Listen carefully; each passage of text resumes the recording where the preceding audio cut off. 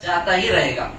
پیسہ آدمی کے ہاتھ در ہاتھ پھرتا رہے گا، لیکن آدمی دنیا میں پیدا ہو کر مرتے رہیں گے، پیسہ باقی رہے گا. ہاں، حکومتوں کے بدلنے سے اس کی شکل و صورت بدلے گی، اس کا نام بدلتا رہے گا اور اس کی ویلیو گھٹتی رہے گی، بڑھتی رہے گی. اب ایسے ماحول میں بہت زیادہ مایوس ہونے والے وہ طبقہ، وہ لوگ جو ہے جن کے پاس پیسہ نہیں ہے، وہ سمجھتے ہیں کہ ہمیں بہت زیادہ حقارت سے ہمارے کو دیکھا جاتا ہے، ہمیں بہت ذلیل ہیں اور ہماری کوئی عزت نہیں ہے. یہ سمجھنا یہ بالکل مایوسی کی علامت ہے. یہ بالکل ہمیں دلوں سے نکالے اور اللہ کی طرف ہمیں رجوع ہو جائیں. اللہ ضرور وہ عزت دے گا کہ بڑے بڑے بادشاہوں کی بھی وہ عزت نہیں ملی ہوگی، بڑے بڑے حکمرانوں کو بھی وہ عزت نہیں ملے گی جتنی عزت اللہ تعالی ہماری کو دیکھا. ضرور دکھائے گا بھی، دے گا بھی، بشرط ہے کہ ہمیں آقا صلی اللہ علیہ وسلم کے نقش قدم پر زندگی کو گزارنا ہے. دیکھیے، یہ تمام چیزوں میں سے ایک چیز یہ بھی ہے کہ آدمی جب اچھا کام کرتا ہے تو جب بھی لوگ کچھ نہ کچھ بولتے ہیں، جب غلط کام کرتا ہے جب بھی لوگ بولتے ہیں. لیکن اب کا جنریشن یہ ہے کہ اچھا کام اور سچے آدمی کو اور حق پرست آدمی کی طرفداری زیادہ نہیں ہوگی. کس کی ہوگی؟ جس کے پاس دبدبہ ہو، جس کے پاس پیسہ ہو، جس کے پاس حکومت ہو، کچھ اس کا بیک گراؤنڈ کچھ چمک جائے، لوگوں کی نظر میں آ جائے، اسے بہت زیادہ عزت کے آنکھوں سے دیکھا جاتا ہے. لیکن عزت دار کون ہے، ذلیل کون ہے، کب معلوم ہوگا؟ میدان حشر میں معلوم ہوگا کہ کون عزت دار تھے، کون ذلیل تھے. یہ ضرور پتا چلے گا. اب دیکھیے، 2-3 ہفتوں کے بیچ میں جو حالت جو گزری ہے، خاص کر کے ہمارے اوپر، ہمیں کوئی بھی چھیڑ چھاڑ ہمیں نہیں کرے ہیں، ہمیں کوئی بھی غلط لوگوں کو ابھارے نہیں ہیں، نہ ہمیں لوگوں کو دوسرے چیزوں کے اوپر جاسوس بنا کے نہیں رکھے ہیں. لیکن یہ تمام چیزوں میں لوگ لگے ہوئے ہیں. ہمیں آج یہ بتانا چاہتے ہیں کہ ان کاموں میں لگنے سے خود کی بربادی ہے اور ان کی بربادی نہیں ہے، خود کی بربادی ہے. اس کی مثال ایسے سمجھیے، اگر آدمی کسی کو انگلی بتائے گا تو 3 انگلیاں اس کی طرف ہوں گی. یہ زندگی مثال دیتے ہیں، سنتے ہیں، بیان کرتے ہیں. لیکن یہ بات بھی ہے، جس آدمی کے زندگی میں حرام سود کھانا اس کا چلتا ہو، لیوا دیوی چلتی ہو، اور کئی مہینے سالوں تک سود کے اندر انہیں ڈوبا ہوا ہو، اس کے اوپر رتی برابر بھی اثر نہیں ہوگا. رتی برابر اثر نہیں ہوگا.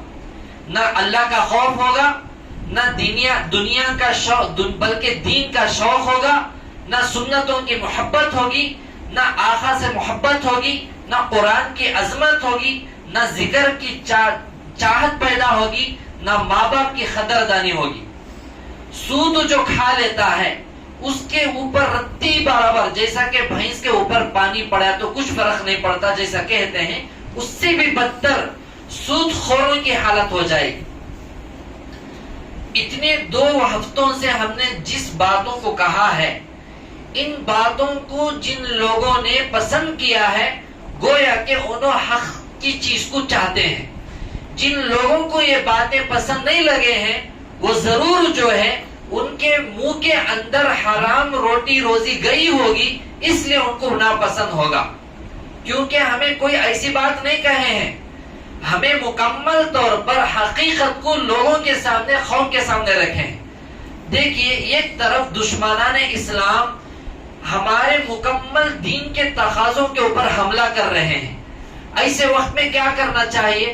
ہم سب کو ایک ہو کر جو کام کرنا ہے اس میں لگنا ہے. لیکن لوگ ایسا پسند نہیں کر رہے ہیں. ہمارے اساتذہ میں سے مفتی سید علی سلطان صاحب دامت برکاتہ، بہت بڑے اللہ والے، بہت زیادہ متقی پرہیزگار، اللہ تعالیٰ حضرت کو جزائے خیر نصیب فرمائے. حضرت جو ہے ایک مرتبہ سبق کے درمیان میں کہا تھا دیکھو لوگوں، دیکھو بچوں، ہمیں ایسے نہیں بننا ہے. کیسے کہ ایک جنگل میں اور کھلے میدان میں جہاں پر لوگ سنڈاس کرتے ہیں، سنڈاس کا مطلب پیخانہ کرتے ہیں، یہ سنڈاس کا لفظ جو ہے بمبئی کا ہے. جو پیخانہ کرتے ہیں تو جو کیڑا جو ہوتا ہے پیخانہ گوبر کھانے والا، اسے تمہیں مٹھائی ڈالو، شکر ڈالو، کچھ بھی ڈالو، گوشت بھی ڈالو، وہ کیڑا اسے لیتا نہیں ہے. انہیں کیا کرتا ہے؟ تلاش کرتا کرتا کرتا اس کے بل سے باہر آ کر پیخانے کو لیتا ہے، گوبر کو لیتا ہے، اس کا گول لڈو گول اسے بنا لیتا ہے، اسے ڈھکلتا ہوا اپنے بل میں لے کر جاتا ہے. تو ہمارے حضرت یہی کہتے تھے ایسے بننا نہیں ہے. جن کے پاس اچھے چیزیں بھی رکھیں گے، دیکھو بھائی یہ حلال ہے، یہ سچائی ہے، یہ غلط ہے، یہ حرام ہے، یہ جھوٹ ہے، یہ غیبت ہے، یہ عیب جوئی ہے، یہ چغل خوری ہے، یہ تہمت ہے، یہ الزام ہے، یہ بہتان ہے، یہ بالکل غلط ہے. ان باتوں کو پسند مت کرو. لیکن لوگ کیا کرتے ہیں؟ حضرت نے فرمایا ایسے ہی لوگ آپ کو ملیں گے اور آپ بھی ایسا نہیں بننا ہے. آپ لوگوں کے سامنے جب اچھی چیزیں آ گئے تو اسے لات مار کر ہمیں ویسے ہی پیخانے اور گوبر کے کیڑے کی طرح ہمیں پیخانے اور گوبر کو ہی تلاش کرنے والے نہیں بننا ہے. یہ جو پیٹ پیچھے عیب جوئی کر کے جو لگے ہوتے ہیں ان کی مثال ایسی ہی ہے، زندگی مثال ان کی ایسی ہی ہے. کیونکہ وہ لوگ قرآن کو پسند نہیں کرتے ہیں، آقا صلی اللہ علیہ وسلم کی زندگی کو پسند نہیں کرتے ہیں. حق پرست لوگوں کے پیچھے پڑے ہوتے ہیں کہ دیکھیں گے ان کے اندر کیا عیب ہے، ان کے اندر کیا برائی ہے. ارے ایک نظر سے دیکھیں گے سارے انسان جو ہے ایک گندے نطفے سے پیدا ہوئے ہیں. جس خطرے کے باہر نکل جانے سے نماز نہیں پڑھنا ہے، روزہ رکھتے ہیں تو فوراً پاک ہو جانا ہے، طواف نہیں کر سکتے ہیں، قرآن چھو نہیں سکتے ہیں، قرآن نہیں پڑھ سکتے ہیں. اس خطرے کے ہمیں پیدا ہوئے ہیں. اتنے گندے جب آئے تو ہمارے اندر کیا عیب رہے گا؟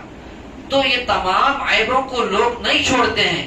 تو مطلب یہ ہوا ان کے پیٹوں کے اندر دوسروں کے جیبوں کے پیسے آتے رہیں گے، یا ان کے طرف سے یا نہیں تو بھی تو انہوں غلط حرام سود میں لگے ہوئے ہیں. ایسے ہی لوگ جو ہے غلط راستے کو اپناتے ہیں. قرآن کی آیت سورہ حجرات کی آیت نمبر 6 جس کو ہم نے پڑھا، اللہ تعالیٰ ارشاد فرماتے ہیں بسم اللہ الرحمن الرحیم یا ایھا الذین آمنوا ان جاءکم فاسق بنبأ فتبینوا. اے ایمان والو، اگر جب تمہارے پاس کوئی گنہگار آ جائے، فاسق بنبأ، کوئی خبر لے کر آ جائے، کوئی جاسوسی کر کے یا کوئی بھی طریقے سے لے کر کوئی بات لا کر تمہارے کو پہنچا دے تو فوراً فیصلہ مت کرو. فتبینوا، اچھی طریقے سے جانچو، اچھی طریقے سے اس کی انکوائری کرو. ایک طرف کی بات سن کر فیصلہ اگر کرتے ہیں، اللہ کے حکم کو توڑ کر کرنے والا ہوگا، آقا صلی اللہ علیہ وسلم کے حکم کو توڑ کر کرنے والا ہوگا. دو طرف کی بات کو بھی دیکھنا ہے. یہ بات ایسی ہے تو کیا وجہ سے آئی، یہ بات بھی ہمارے کو سننا ہے. یہ بات سنے ہیں، ہماری بات سنے ہیں، اوروں کی بات بھی سنیے، اوروں کی سنتے ہیں، ہماری بات کو بھی سنیے. جب آپ کو حق ہوتا ہے کہ ہمارے بارے میں آ کر کوئی نہ کوئی بات پوچھنے کا، ہاں اس وقت تک آپ لوگوں کو حق نہیں ہو سکتا ہے کہ کیوں ایسا بولے، کیوں ایسا کرے، کیوں ایسا بول رہے ہیں. یہ حق ہو ہی نہیں سکتا ہے. اب جو بھی باتیں ہمیں بتائیں ہیں مکمل طور پر گھنٹہ آدھا گھنٹہ مکمل ہم تمام باتوں کو اپلوڈ کر چکے ہیں. اس میں جاسوسی کرنے والے، جن کے چاہنے والے یہی ہمارے مریدین کو، جڑے ہوئے سالکین کو بول رہے ہیں کئی کو ایسا بولے، کئی کو ایسا بولے. ارے آپ لوگ ان کو بولے تو کیا جواب ملے گا؟ ڈائریکٹ میرے سے پوچھو، میرے کو فون کرو یا میرے پاس آؤ، ہمارے پاس جواب موجود ہے. ساتھیوں کو بتانے سے کیا ملے گا؟ تو یہ تمام باتیں میں ان لوگوں کو بتا رہا ہوں، ہمیں آ کر کوئی فتنہ فساد مچانے والے نہیں ہیں، ہم سب کو لے کر چلنے والے ہیں. اور چاہیے تھا کہ جو لوگ انگلی کرے، جو لوگ وہ کام سے جا کر لوگوں میں انتشار پیدا کرے، ان کو پکڑ کر پوچھو کہ آپ لوگ کیوں ایسا کر رہے ہیں، اچھے کاموں میں کیوں ٹانگ اڑا رہے ہیں؟ تو ان کو پوچھے بغیر ہمارے کو نصیحتیں اور صلاح دے کر بھیج رہے ہیں کہ ایسا مت بولو، ایسا مت کرو۔ یہ خاص کر وہی لوگ ہوتے ہیں ہاتھ ڈالتے ہی سننا نکلنا، ہاتھ ڈالتے ہی خزانہ نکلنا۔ ہر گھر کے اندر واش روم موجود ہے، وہاں پر پیلے پیلے سننے کے بسکٹ نہیں، سننے کے لڈوہاں جامونا ملتے ہیں، وہاں نکال لینا چاہیے۔ یہ مکمل وہی لوگ ہیں۔ ہمیں انتشار کرنا نہیں چاہتے، ہمیں کئیوں مرتبہ ہمارے ساتھیوں کو بھیج کر ان کو بلا بھیجے، ان کے پاس پروف مانگے، جب وہ نہیں دیے، لوگوں کو انتشار جب پیدا کر رہے ہیں تو ہمیں تمام باتوں کو قوم کے سامنے رکھ دیے۔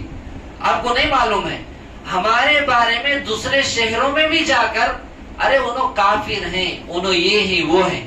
ابھی دیکھو لا الہ الا اللہ محمد الرسول اللہ صلی اللہ علیہ وسلم، ابھی میں کلمہ پڑھ لیا، اب ذکر میں سووں کے مرتبہ ہمیں ذکر کرتے ہیں، کلمے کا ہی ذکر کرتے ہیں۔